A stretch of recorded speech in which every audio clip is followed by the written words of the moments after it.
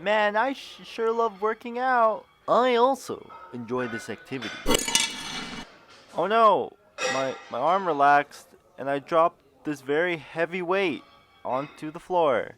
That's due to your autogenic inhibition reflex. What's that? Well,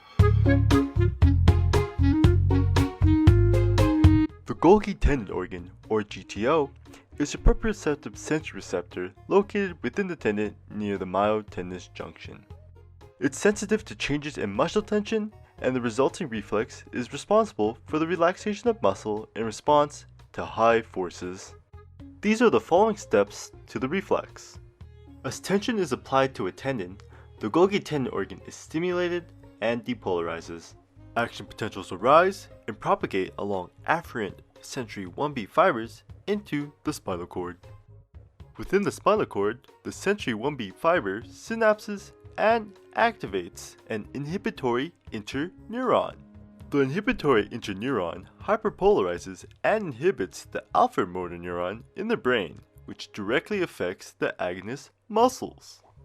This inhibition causes muscle relaxation in the agonist muscles due to fewer nerve impulses being generated in the alpha motor neuron.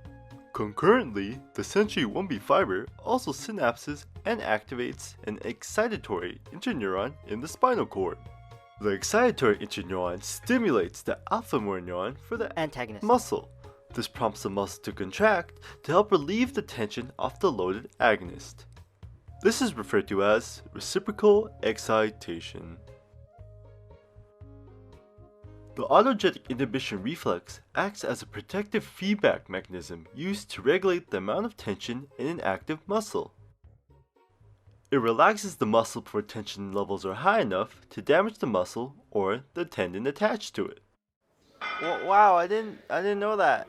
Thanks for teaching me that, Professor Tyler Clough. Don't mention it, Derek. You've always been my favorite student. And now, here's an explanation of the anatomy of the GTO. The Golgi tendon organ is comprised of a Golgi organ capsule, collagen fibers within the capsule, and sensory 1B fibers that branches off into the collagen fibrils. It is also connected to muscle fibers and tendon bundles. Now on to our medical practitioner and extraordinaire, Derek Track. Thanks, Paul. As you can see here, this small boy is using his GTO to work out. Due to the weight being lower than his ultimate threshold, he's able to lift it quite easily, as the GTO senses the tension and allows the agonist to contract. Uh-oh! Small Paul is having trouble lifting a heavier weight again. This is due to him going over his tension threshold, thus causing the autogenic inhibition reflex. He can avoid this sad situation later by strength training, which can increase the threshold in which the GTO reflex activates. What a disappointment.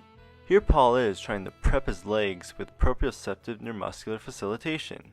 He does this by holding a muscle stretch for a couple seconds. Increases in tendon tension activates the GTO, which sends an afferent signal to the central nervous system. This allows for an improved range of motion, as the GTO neutralizes the tension within the agonist muscle so a deeper stretch can occur. This technique uses the GTO to my advantage. Going to attack. Sure. Here, I flex his tricep so that it is contracted. Then I step forward, and 3 inches above the elbow, I go at the tendon where the GTO is located and press down. In order to prevent his contraction going any further and damaging the muscle, he falls forward.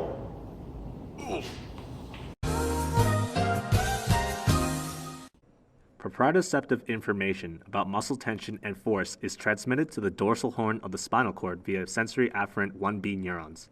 Proprioceptive information travels up the dorsal column in either the gracile, which carries the information from the lower limbs and trunk, or cuneate fascicles. These carry proprioceptive information to the upper limbs and trunk.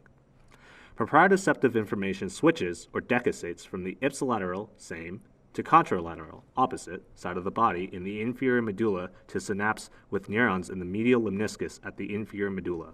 Proprioceptive information travels up the medial lemniscus through the superior medulla, pons, and midbrain, with neurons synapsing in the thalamus.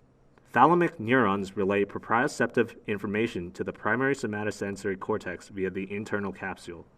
Proprioceptive information from the GTO enter the primary somatosensory cortex in area 3A, where it is integrated with other areas to send outputs to the primary motor cortex, otherwise known as M1, and premotor areas.